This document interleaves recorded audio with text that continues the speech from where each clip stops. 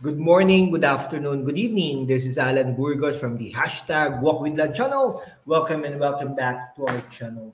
Guys, if you are not yet subscribed to our channel, please do it so now so that you can be a part of this growing family. Officially, we are now 9,108 subscribers. Thank you so much guys. God bless you all. Mahal na mahal ko po kayo. I love you all. And syempre, pag-usapan po natin about politics sa Maynila, no? Okay, ang Maynila po ay kabisera po ng Pilipinas. Kaya nga naman po ay bawat mamamayan ng Pilipinas ay talagang may diyan, no, may pakialam at stakeholders tayong lahat diyan, no. Ngayon, so far may tatlong tatakbo, no. Yung dalawa ay nakapag-file na ng kanilang certificate of candidacy. Ito si Mayora Hani Lacuna na ine-expect nating matatalo, at si SV, no, Sam Versosa, congressman ng Tutok Twin Party List at tatakbo bilang mayor ng Maynila. Ine-expect rin po nating matatalo ito, no. Ang pangatlo po, si Yorme Isko Moreno, hindi pa po nagfa-file ng kanyang candidacy, pero alam naman po natin na ito ay mananalo at talagang bawat sulok ng Maynila ay sinisigaw, Yorme Isko Moreno, magbalik ka na, no? Bakit nga po ganoon? Dahil nga po si Yorme Isko Moreno ay may mga resibo, may mga napatunayan po yan nung mayor pa po siya, no? Katulad din po ng mga ibang mayor, may mga ginagawa, may nagawa din po, no? Pero ang problema, siste, yung mga pumapalit sa kanila, no? Hinahayaan nila na baguhin ang nakaraan, no? Ibig sabihin, lahat po ng kanilang mga tinayo na magaganda naman para sa ating lungsod, sa mga lungsod ng Pasig, for example, Caloocan, no, at Maynila, ay talagang pilit na aalisin po yan, no? Katulad po diyan sa Caloocan, no? Pag ito nanalo si Trillanes, mawawala lahat yan, mga yan. Yan po ang sinasabi po natin. Katulad po nangyari sa Pasig, no? Lahat po naman magagandang proyekto ng mga nakaraang administrasyon na wala po, no? As if talagang sa kanya lahat yun. Okay? Yan lang City Hall, di ba? Pero magbalik po tayo dyan sa Maynila. Ganyan din po ang ginagawa, no? Trinatry pong ginagawa ni Mayora Hani Lacuna. Ngunit nahalata ito ni Yorme Isko Moreno, kaya siya po ay nagbabalik. Totoo naman po talaga, ang dumi-dumi na ng Maynila, no? Napaka unting ulan, baha, no? Madilim, dugyutin, something like that.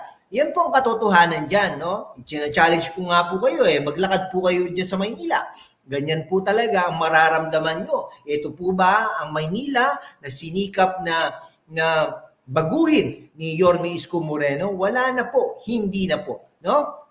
Kayo, kung tatanungin po kayo mga kababayan ko, no? Mayora Hani Lacuna na talaga namang halos walang ginawa, mula nung 2022 hanggang ngayon sa kasalukuyan, ito pag ito hinayaan nating magluklok, no? O maging mayora ulit, ay sinasabi ko po sa inyo ay talagang titigil na naman po ang mga programa at ito ay magsisilbi na naman po pagdating ng bago mag-2028. Yan po ang katotohanan dyan. Kung si SV naman, Sam Versosa, ay nako, napaka-showbiz po. At Sam Versosa, hindi po natin alam kung may katotohanan na yung mga pumunta dyan sa SM Manila ay talagang sadyang mga kasama niya naman talaga niya. Diba? Panay po naka-orange. Yun po ang katotohanan doon. Congressman po ito. Hindi po ito naging mayor o naging gobernador o ano. Wala pong to, no? Ibig sabihin, wala pong experience sa pagka-mayor. No? So, hayaan po ba natin ang bago na magsilbi sa Maynila ng ganun-ganun na lang? Ay, nako, mahirap po yan. At saka, dapat yan, open-minded ka, no? Networking. Yan po ang katotohanan dyan, no? Kung si Yorme Isko Moreno naman po, ay talagang may napatunayan na. Kaya naman po, tingnan nyo naman po, God first. Diba? Tingnan nyo, diba? Sinisigawan na siya. No? Wag ka nang bumalik, sabi ni Mayora Hani Lacuna. Ngunit ano pong sabi niya? No? Peace be with you. At bakit nga po ba kayo nagagalit? kay Yorme Isko Moreno. Hindi po ba siya ang dahilan kaya po kayo naging mayora, no? Siya po ang dahilan kaya po kayo naging vice mayor, no? Siya po ang dahilan kaya po naging congressman ang mga taga first district,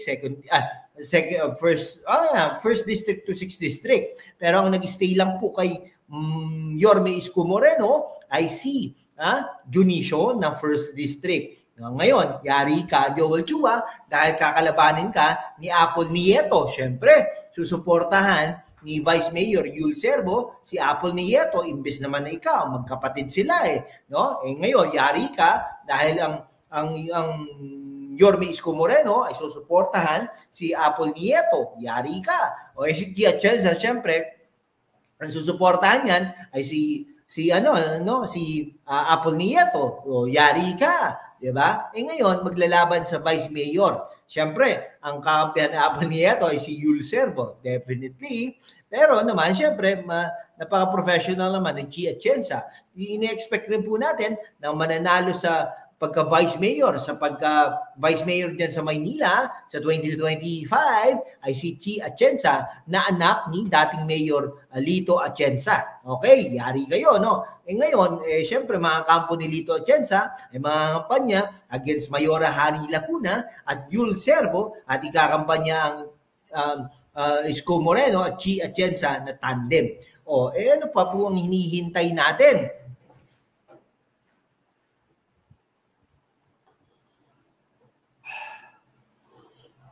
Ayan, kapi lang po tayo, no? Ano pa pong hinihintay natin? Kung hindi, tulungan po natin si Yorme Isko Moreno na talagang lagpasan ang mga hamon na ito. Ngunit talagang inaasahan po natin, talagang tatambakan niya ang Mayor Hani Lacuna at SB Versosa. Kita nyo naman po, di ba? Bakit ngayon lang po nagpapamudmod ang mga wala pong concrete na programa ang Sam Versosa, 'di ba? Parang si kamag-anak niya kasi kaya si Gardo Versosa. Pero anyhow, maganda rin po naman 'yan at may tatlong pagpipilian ang mamamayan ng lungsod ng Maynila. Pero sinasabi ko po sa inyo, tulungan po natin si Yorme Isko Moreno dahil nga naman siya po talaga ang magiging dahilan ng pag-unlad muli ng Maynila, no? Excited na nga po tayo. Pag nanalo ito si Yorme Isko Moreno, excited na po tayo. Day 1 pa lang ay talagang maglilingkod na yan at kikilos na yan. Baka nga mula sa City Hall, maglakad na yan, papuntang Liwasang Bonifacio at ilinisin na yung mga yan. Sige po, hanggang dito na lang po mga kaibigan ko. Maraming salamat po sa inyong lahat. Kung hindi ka pa nakapag-subscribe, mag-subscribe ka naman para naman we can be able to maintain and sustain this channel. Thank you so much, guys. God bless you all.